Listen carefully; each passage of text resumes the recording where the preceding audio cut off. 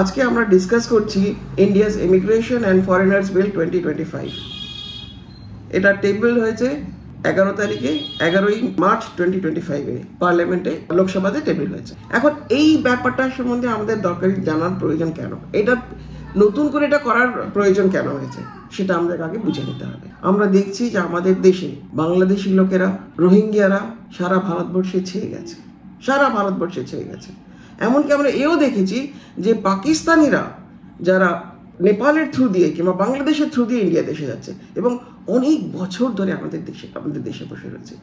এবং শুধু তাই নয়, তারা আমাদের এখানে খাচ্ছে, পড়ছে, সব কিছু করছে এবং আমাদের এগেনস্টেই কাজ করছে, যার জন্যে এই নতুন ল আনার খুব প্রয়োজন হয়ে পড়েছে। আর আরেকটা সমস্যা হচ্ছে কি, যখন এদেরকে আমরা ধরা হয় তখন দেখা যায় এই সব কিছু কোর্টে চলে যাচ্ছে। কোর্টে গিয়ে তখন তাদের জন্য থাকা, পড়া, খাওয়ার, এডুকেশনের জন্য সব ব্যবস্থা কোর্ট করে দিচ্ছে, কারণ আমাদের কাছে ল নেই। এখন যেহেতু নতুন ল করা হয়েছে, এইগুলোকে সব লুপহোলসগুলোকে প্লাগ করার জন্য এই লটা তৈরি করা হয়। এখন এটার মধ্যে কি আছে সেটা আমাদেরকে ভালো করে বুঝে নিতে হবে। এই লটা, আমাদের যে লগুলো ছিল সেগুলো অনেক পুরনো, 1920 থেকে শুরু করে সে মানদাতা আমলে, ব্রিটিশ আমলের সব লসগুলো সেটা আছে। সেটা এখনকার সময়ের জন্য এফেক্টিভ নয়, সেই জন্য তার প্রয়োজনীয়তা আছে। হয়তো কিছু কিছু অ্যামেন্ডমেন্ট হয়েছে কিন্তু তাতে কোনো লাভ হয়নি, এখন এটা টোটাল চেঞ্জ করার প্রয়োজন হয়েছে। তো এই জন্য এখন এইটার 4টে লকে চেঞ্জ করে একটা ল বানানো হয়েছে, that is passport act 1920, the registration of foreigners act 1939, the foreigners act 1946 and immigration carriers liability act 2000। এইটাকে চেঞ্জ করে এই লটা এসেছে ইমিগ্রেশন অ্যান্ড ফরেনার্স বিল 2025। এখনো এটা শুধু পেশ করা হয়েছে, যখন এটা এনঅ্যাক্ট হয়ে যাবে তারপরে আমরা এটাকে অ্যাক্ট বলা হবে, নট বিফোর দ্যাট। এখন এখানে মেন ফিচার্স কি, এটা ফার্স্ট ফিচারটা হচ্ছে স্ট্রিক্ট পেনাল্টি ফর ভায়োলেশন। এই বিল বলছে, বিলটার জন্য কিছু কিছু যে ধারাগুলো এখানে অ্যাড করা হয়েছে তাতে হবে কি, ইলিগাল ইমিগ্রেশনকে বাধা দেওয়ার চেষ্টা করবে, তারা যাতে না আসে তার পুরো ব্যবস্থা করা হবে। ডকুমেন্ট যে ফ্রড আছে, ফ্রড ডকুমেন্ট যদি ধরা পড়ে তার জন্য পেনাল্টি আছে, এখন তো কোনো রকম সে ব্যবস্থাই নেই, ঠিক আছে। এবং যার ফলে এক্সিট অ্যান্ড এন্ট্রি রেগুলেশনটা স্ট্রিক্ট হবে। এখানে কি বলছে, যদি আনঅথরাইজড এন্ট্রি ইনটু ইন্ডিয়া, দেশের মধ্যে যদি আনঅথরাইজড এন্ট্রি হয় তার পেনাল্টি লাগবে কত, আপ টু 5 লাখ। আর যদি ফেক পাসপোর্ট নিয়ে, যারা এখানে অলরেডি আছে সব ফেক নিয়ে ঢুকেছে, সেই ফেক পাসপোর্টস নিয়ে যদি ঢোকে ইন্ডিয়াতে, তার ফাইন হবে আপ টু ম্যাক্সিমাম 10 লাখ। তার মানে সব কিছু মিলিয়ে যদি কারোর হয় 15 লাখ টাকা যদি তাকে দিতে হয়, প্লাস অন্যান্য আরো অসুবিধা থাকতে পারে, তাকে ডিপোর্ট করে দেওয়া হবে, তাকে রাখা হবে না, পত্রপাঠ বিদায়। নেক্সট এই লতে আরেকটা ব্যাপার, clear regulation for universities and medical institutions. বাইরে থেকে ছাত্ররা আসে, আমরা দেখছি না এই আলিগড় মুসলিম ইউনিভার্সিটিতে বাইরে থেকে সব ছাত্ররা আসে, বাংলাদেশের ছাত্ররা আসে আর এখানে হাঙ্গামা করছে ইউনিভার্সিটিতে। তার মানে এখন হচ্ছে কি, রেগুলেশনসটা মেডিকেল ইনস্টিটিউশনসে আর ইউনিভার্সিটিসে স্ট্রিক্ট রেগুলেশনস হবে। কি রেগুলেশনস হবে, কেন হবে, এতে হবে কি, tracking of foreigners in India. এই যে ফরেনার্স যারা এখানে ইন্ডিয়াতে আসে তাদের সুষ্ঠুভাবে ট্র্যাক করার জন্য, এবং এদের যে ভিসাতে নিয়ে তারা এখানে এসছে তার মিসইউজ যেন না হয় সেটাকে ভালোভাবে মনিটরিং করতে হবে। এটা কিভাবে করা হবে, যারা এডুকেশনাল ইনস্টিটিউশনসে যারা আসবে পড়াশোনা করতে, তাদেরকে ফরেনার্স রেজিস্টার করতে হবে, ইনস্টিটিউশনকে তাদেরকে রেজিস্টার করতে হবে। এবং শুধু রেজিস্টার নয়, এই জিনিসটা আবার রিপোর্ট করতে হবে অথরিটিসকে। এবং শুধু তাই নয়, তাদেরকে কোথায় কি করছে কি না করছে তাদের মুভমেন্টগুলোকে সব রেকর্ড করে রাখতে হবে এবং অথরিটিসকে রিপোর্ট করতে হবে।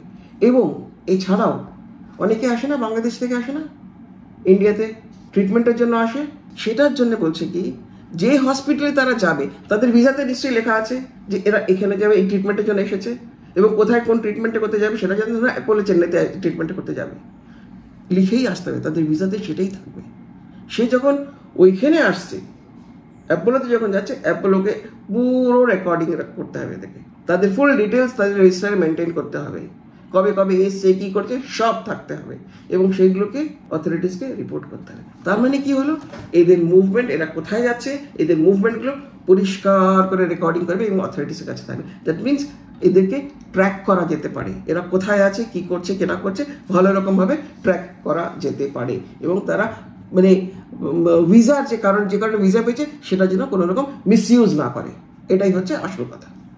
তারপরে আরেকটা পয়েন্ট ওরা রিভাইজ যেটা করেছে, রিভাইজে এই নতুন বিলের মধ্যে যেটা আছে revised visa and passport rules. এটা কেন প্রয়োজন?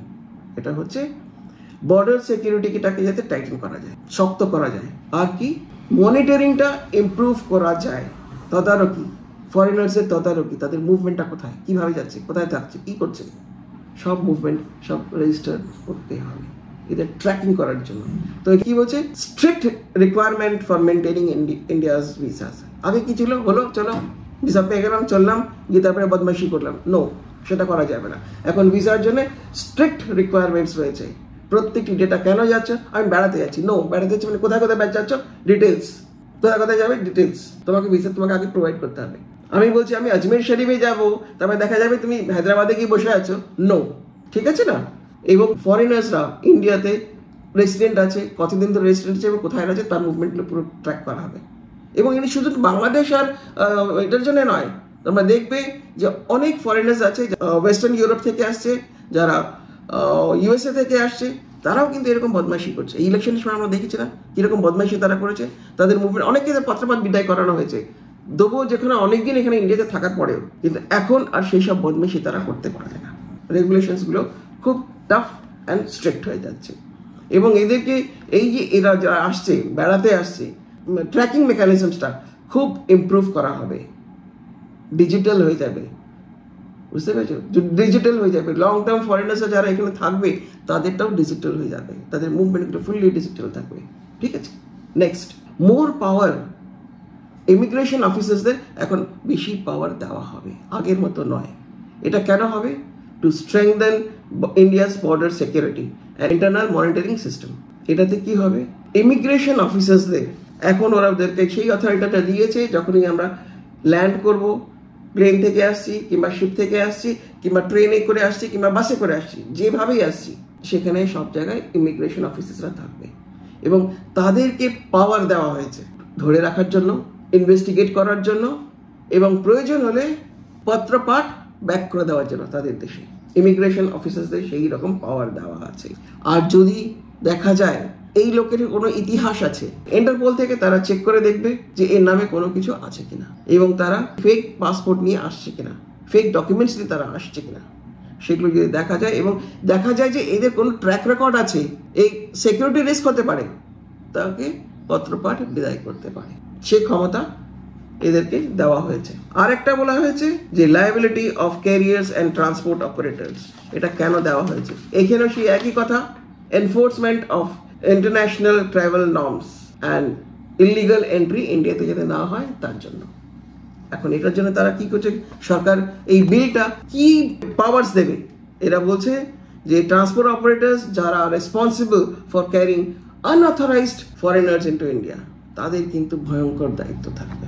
সে যে কোনো টাইপেরই ট্রান্সপোর্টার হোক, plane, ship, train, bus or car, whatever, ঠিক আছে।